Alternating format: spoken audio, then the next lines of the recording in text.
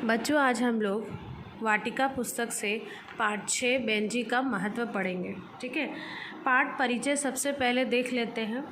जब हम निस्वार्थ रूप से किसी की सहायता करते हैं तब हमें उसका फल अवश्य ही अच्छा मिलता है, जैसे कि इस पाठ में हम लोग देखेंगे। बेंजी को भी दुकानदार की निस्वार्थ सहायता के बदले वो प्राप्त हुआ जिससे वह पाना चाहता था। ठीक है। तो बड़े दिन मतलब क्रिसमस का टाइम, मतलब जब यीशु का जन्म हुआ था, तो बड़े दिन की पूर्व संध्या, पूर्व मतलब 25 दिसंबर से पहले मतलब 24 तारीख को गलियां और बाजारें परियों की नगरी जैसी सजी थी, है ना। त्यौहार से पहले क्या होता है, माहौल बाज़ार में पूरा चमक धमक रहता है। तो बाज़ार में सब कुछ दुकानों पर लाल पीली नली, है ना, लाल पीली नीली हरी बत्तियां तारों की तरह टिमटिमा रही थी। सभी दुकानदारें जगमग, है ना, तो सभी दुकान में क्या थे, रंग बिरंगे सामान बिक्री। और क्रिसमस के टाइम में सबसे ज़्यादा क्या बिक्री होता है, ये क्रिसमस का पेड़, है ना।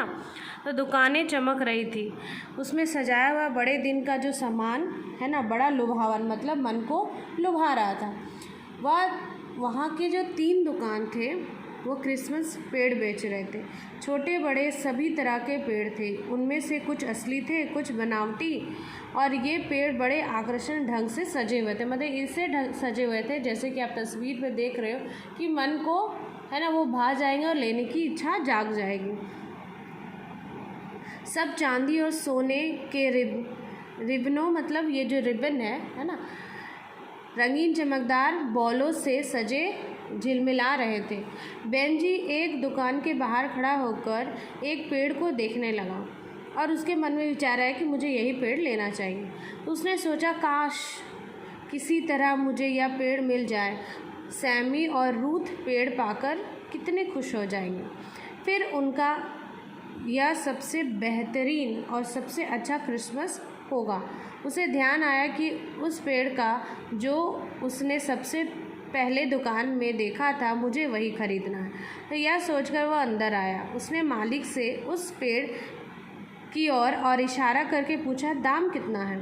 दुकान के मालिक मोटे और गंजे मिस इब्राहिम, जैसे कि यहाँ पर आप देख रहे हैं, मोटे और गंजे मतलब जिसके सर पर बाल नहीं, पहले से पूछा तो, लेकिन पहले ऊपर से नीचे तक बेंजी को देखा। फिर बेंजी की कमीज़ की दाईं ओर फटे या छेद को एक टक से देख रहा है, एक निगाह से देख रहा है कि ये लड़का क्रिसमस का पेड़ खरीदने आया है, लेकिन इसके कमीज़ तो फटे हुए हैं। तो दुकानदार की नज़र सबसे पहले वहीं पर गई।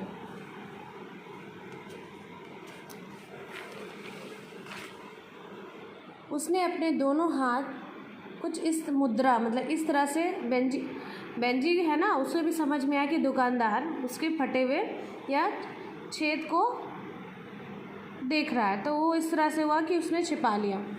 वैसे भी उसने सोचा कि मेरे पास पूरे 28 रुपये हैं, इससे क्या फ़र्क पड़ता है कि मेरी कमीज़ में फटे हो या छेद हो, तो यह 35 रुपये का है। तभी मिस इब्राहिम ने, है ना, वो दुकानदार के मालिक ने तभी कहा, ये इसका कीमत 35 रुपया है, क्या तुम खरीदना चाहते हो। दुकानदार ने मुंह से यह बात सुनकर बेंजी का सारा विश्वास छिन्न भिन्न हो गया। क्यों? क्योंकि मात्र उसके पास 28 रुपये था और उसने, मालिक ने कितना बताया, 35 रुपया। उसे यह असहाय हो गया कि जो पेड़ उसे इतना पसंद आया उसे वह खरीद नहीं सकता, और ये 28 रुपये जो उसने पूरे सप्ताह नुक्कड़ मतलब चौराहे पर, है ना, पर उसने ढाबे पर कठिन परिश्रम करके कमाए थे, वे काफ़ी नहीं थे। उसने घंटों तक सड़कों में ग्राहकों को भाग भाग कर भोजन परोसा। वह अपनी छोटी बहनों सैमी और रूथ के लिए, उसकी छोटी बहन का नाम क्या है, सैमी और रूथ के लिए पेड़ खरीदना चाहता था, पर वह तो समझ रहा था कि यह पेड़ 25 रुपये में आएगा और बाकी ये जो 3 रुपये है तो उससे वो क्रिसमस का सारा सामान खरीद लेगा, पर ऐसा हुआ नहीं। क्या करें मिस इब्राहिम, पिछले साल तो यह केवल 25 रुपये का था। बेंजी ने झिकझिकाते हुए, मतलब थोड़ा झिझक से कहा, है ना। तो ज़रूर था, पिछले साल तो 25 रुपये का ही था, पर तुम्हें मालूम नहीं ना तब से अब तक कितनी महंगाई बढ़ चुकी है। है ना, मेरी दुकान में कोई भी ऐसा पेड़ नहीं है जो 35 रुपये से कम है। तो मिस इब्राहिम ने बेरुखी से कहा, मतलब रुखली से कहा, है ना, पूछा जल्दी बोलो तुम्हें लेना है कि नहीं लेना है। दुकानदार की बात सुनकर बेंजी का चेहरा शर्म से लाल हो गया। कितना कठोर आदमी है, सोचते हुए उसे खिन आ गई, मतलब चिढ़ जैसे हो गई। जब वो बाहर निकला, है ना, और वो सोचने लगा कि अब कैसे खरीदे, तो अपनी परेशानी में दरवाजे के पास रखी रेत की बाल्टी से वो टकरा गया। सूझ नहीं रहा था और उसने देखा नहीं, और तभी वो रेत की बाल्टी से टकरा गया।